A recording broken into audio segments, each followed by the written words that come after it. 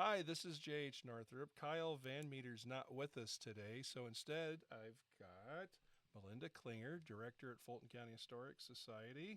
Say hi. Hello. There you are. And together today we are the Round Barns Podcast. So it starts season 3, episode 1. We're actually broadcasting from the library at Fulton County Historic Society. We're trying something a little bit new here. In that we're no longer tormenting the kids at the school. We've actually got a set we can come out here and I can bother Melinda with it instead. Great. So, so we've got it's been hopping, but what we're looking at right now, we've got we've got Redbud coming up. We've got the here on 25th, 26th April. Round Barn Days, 15th to 17th of May. Our Power Show, 19th, 20th of June. And, of course, Trail and Courage, 20th, 21st of September. So, but today we're talking about Redbud. So, well, how long have we been doing Redbud? Is that? Since 1990. So, Since 90. Years. Really? Yes. We had beautiful weekends back in 1990. Pretty flowers blooming and the red buds blooming, and that's how it got its name, Redbud. Yeah. Well, I remember when we were working on a project there at the South End years ago, and I was going to have to cut some redbuds, and you gave me that look and said no. Exactly. And and it was like, what the heck? And you explained. I'm like, oh, okay. But yeah, no, now anymore, it's just kind of embrace the suck. The fact is, folks, for Redbud, we'll probably get rain. We may get sleet. There could be snow. You never know from There, year to year. yeah. There might be sun. So with Redbud, it's one of those events because it's an early season starter event for a lot of people. So it's kind of that come out, knock the rust off, and let's go have some fun. Which for a lot of the public, you guys look outside and you see the weather, you're like, oh crap, I'm not going out in that. But really embrace the suck. Come out. We've got stuff we're working on, like our food booth, having that up again. Mm-hmm. So what are we thinking with the food booth? The food? Yeah. Buffalo burgers, ham beans, vegetable stew. Our normal list that we usually do. That when it's cold and nasty, it fills you up. Yes, it makes you warm. So yeah, come on out. We'll have the cooking going on. We've got some kind of the usual suspects entertainment and some new entertainment coming in. So we have Mark and Liza Bolivar, who come pretty much every year. The musicians, they're fun. They are a neat couple. And then Kim Hoover has contacted me about the Hoots to Howls Wildlife Rehabilitation Bunch. Oh, fun. And so she'll be back again this year. Now, doesn't she bring some like animals with her, right? Yes. Some of the rehab animals? Yes. So she has a variety of different ones that she brings, from turtles to one of them brought a skunk one time, and we've had different hawks in different places, birds of different prey. Now, I was thinking she brought like a hawk or an owl sometime in the last couple of years. Mm-hmm. I get told what she's doing. I haven't had a chance to actually sit and watch it yet. So. Yeah, I'm fascinated. They have a Facebook page that shows the different animals that she's rescued and doing things with, and as a nonprofit, of course, she's always out for donations also. Yeah. So that Hoots to Howls? Hoots to Howls from So Star is that her City. Facebook page? Is Hoots Yes. to Howls? Yes. Okay. Well, that's something. Check it out, folks. Take a look and see. She'll be out. So who else we got coming in? And then the River Valley Colonials. Those drunken bums. Hi, Paul. Hi, Carrie. Love you guys. So this group comes to the Redbud and does practice here during the year. And then they perform also at the Trail of Courage. So while they're here, they perform for us and come down and march and play the fife and the drums and do the entertainment. So it's one of those. It's their first time to really get together in the season. So they're a lot of fun when they're down here, except for their bass drummer. But we won't go into that. So I'll hear about that one. So sure you will. But Paul and Carrie rock. They're a lot of fun. They're getting geared up, as we are, for the 250th celebrations. Mm-hmm. Their Revolutionary War unit is planning some big trips upcoming to go out and participate in that stuff. Cool. So yeah, it's exciting for them. They're like, "Hey, you guys should come do this with us." We're like, "We're Russian." They're like, "Well, but all you've got to do is a complete overhaul of our kit and equipment." No, nothing personal. Not doing it. And then, of course, you said Emerald Kelly will be our Yep, Clockwork Clowns. Clown. Clockwork Clown. Um, That's bring the kids out. Emerald is a great one to watch. She's a lot of fun. She does a mime contortionist clown, and she does a fantastic job. I've always like when she was at Trail last year. I was really surprised. Every time I walked by, she had kids or Amish or both, mhm. and just held their attention for hours doing this stuff. Just a neat, neat program. And ways for kids to learn something new about the history of Indiana. Yeah, yeah.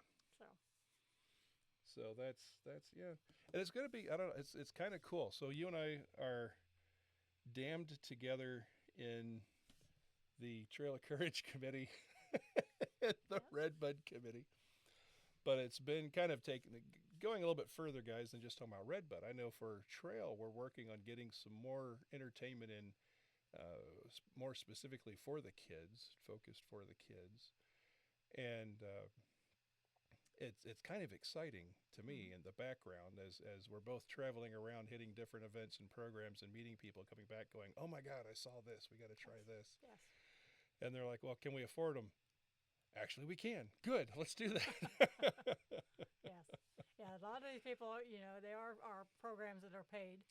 We do have some that volunteer also, but last year we did some sponsorships there at Trail of Courage to help with Hmm. programming, Yep, and we'll be and so doing we'll more be this year. So, looking for that again.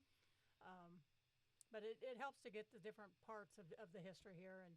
And at Trail, of course, we always do school day on Friday hmm and have anywhere from 700 to 1,500 kids hmm in for the day. And so, teaching fourth grade Indiana history is what they're learning more of that information while they're here. So, yeah, yeah. No, that's awesome. That is it's a lot of fun, really, and it's neat.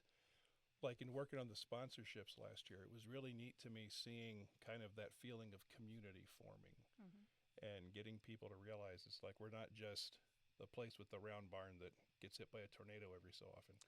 It's there's more to what we're doing out here and more opportunity to yes, really help build that community and reach out. yeah, So exciting stuff. exactly. Exciting stuff. We've got what's the guy's the fudge dude. Why am I Mark forget? Gropp Yes. will be here for Redbud and for Trail, of course, with his homemade fudge. He'll be in He sets the in general store, yep, won't he? general store, Yeah. and he'll be playing his bagpipes, of course. Yay, pipes. And his daughter his daughter plays sometimes with him, Molly, Hmm. and so they've been here for years and years at the festivals, Yeah, but and have that's really supported. good. That's So disturbingly good fudge. I have to make a yes, point of forgetting it's up there. That's, I'm diabetic. Oh, but it's fudge. Yeah, but I need to not do that. well, just like the crop name, everybody wants the fish, which you don't find very many places anymore. But Mark is from that Grop family that had the restaurant here on the lake. So Is he really? yes, Oh, that's cool. so That is really cool. Okay. Trying to think, is there anything else? I mean, we got the whole embrace, and again, people embrace the suck because it's the weather most likely will be crappy. That's fine. Come on out. mhm. And we'll We've try to have the buildings open on our Living History Village yep, for you to go through. So there are places you can get inside if you need to. yeah, Um, yeah, but the different vendors that'll be here and demonstrations. Of course, our blacksmiths are always here and demonstrating there in the blacksmith shop. that's right. Yeah, the Smith shop will be up. Oh, thank And you for you just saved my butt with that one. Mark would kill me if I yes, didn't you say would. anything. You Thank would. you for.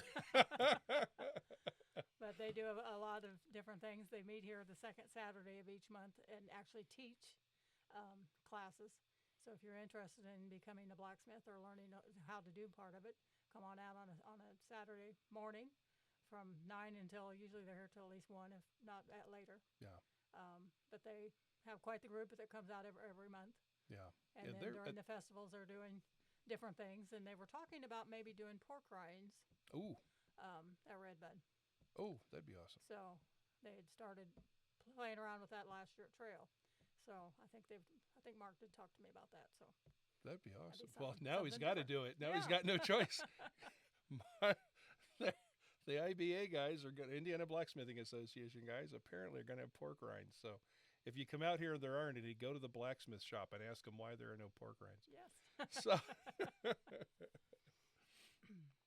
no, but they're part of the Indiana Blacksmithing Association, and they actually have little training forges and stuff all over the state. I wasn't really. I was talking to Norm Gable. Yeah, I was talking to Norm Gable yesterday about some stuff with the old fort, and he brought up about the other training sites, and like if you're in Indy or Southern Indiana or over by Fort Wayne, wherever, they've got places all over to do it. Mm-hmm. Our local group here is called the Sutton Tea Rock shop, Mm-hmm. After for Sutton and Mr. Tea Rock. I forget what his first name is. But they named it that, and then each satellite has a different bunch of people that do, and then they have a state conference in June down at Tipton at the fairgrounds. Oh, wow. Oh, that's cool. So. That is really cool. Okay. Well, anyway, folks, once more, Redbud, coming up here, 24th, 25th of April, or 25th, 26th of April. Good. We've discussed too many dates. Yes, it's always the last full weekend in April. Yes. So 25th, 26th April, Redbud, embrace the suck. Come out, have fun, get some food, see some animals, watch a mime.